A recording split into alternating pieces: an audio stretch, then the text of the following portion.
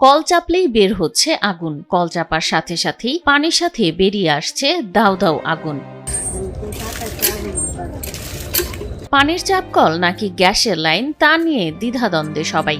এমন দৃশ্য যেন আগে কখনো দেখেনি গ্রামবাসী। তখন আমরা এরকম কল চাপছিলাম, চাইপা গেছিল আগুন ধরেছে মতন দেই পুকুরে দিয়ে ওঠে, মুখ দিয়েও আগুন বাইরেই আছে। একদিক দিয়ে পানি বের হচ্ছে, অন্য দিক দিয়ে আগুন বের হচ্ছে। কল চেপে পানি আনতে গিয়ে এমন দৃশ্য দেখে হতভম্ব সবাই। না ও কল সিপ দিলে আগুনে আর এমনি লাইট দিলে ফুস করে আগুন গ্যাসটা উঠে। ভোলা সদর উপজেলার ধনিয়া ইউনিয়নের তুলাতলী গ্রামে দেখা যায় এই অদ্ভুত দৃশ্য। নলকূপ থেকে পানির সাথে বের হচ্ছে আগুন সহ গ্যাস। অনেক লোক আইতে আছে, দেখতে আছে, চাইতে আছে, মানুষ বলতে আছে যে এর মধ্যে গ্যাস আছে। 3 দিন ধরে জেবল হক মাঝির বাড়ির শ্যালো নলকূপ থেকে পানির পরিবর্তে গ্যাস বের হচ্ছে। প্রায় 70 ফুট গভীরে পাইপ বসানোর পর পানি উত্তোলনের চেষ্টা করলে শোষর শব্দ সহ গ্যাস বের হতে শুরু করে।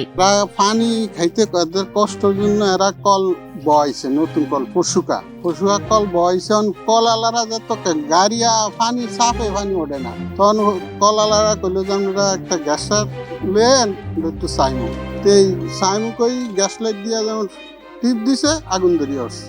স্থানীয়রা পরীক্ষা হিসেবে লাইটার লাগালে নলকূপের মুখ থেকে আগুন জ্বলে ওঠে, যা পুরো গ্রামে আতঙ্ক সৃষ্টি করেছে।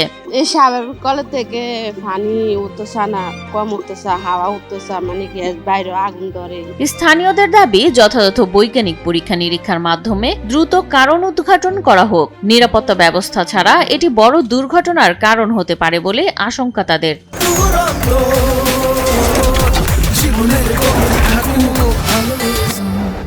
ঘর এটা তুর আছে, এই 3টা 4টা ঘর, এতগুলা লোক, আল্লাহ কি বেজার যদি আসুকা আগুন লাগিয়ে বলে হেসুম আমরা কি করবো? আমরা তো আল্লাহ ছাড়া আর উপায় নেই। না আমরা মনে করেন যে এটার লিগা খুশি, আবার একদিক দিয়ে কি কষ্ট আছে। এর যদি বাড়িঘর আছে পাশে, যদি আগুন টাগুন ধরে যায়। উপজেলা নির্বাহী কর্মকর্তা মোহাম্মদ আরিফুজ্জামান জানান, বিষয়টি গুরুত্ব সহকারে দেখা হচ্ছে। প্রয়োজনীয় পরীক্ষা নিরীক্ষার জন্য সংশ্লিষ্ট কর্তৃপক্ষকে অবহিত করা হবে। আমরা একটা খবর পেয়েছি, আমরা একটা যথাযথ বিধি যেটা আছে আমরা টপেক্স তাদেরকে জানাবো, জানালে তারা এটা দেখবে যে আসলে কতটুকু গ্যাস আছে বা আছে কিনা, কিংবা শুধু অল্প একটা হালকা গ্যাস নাকি একটা কোনো কূপ আছে।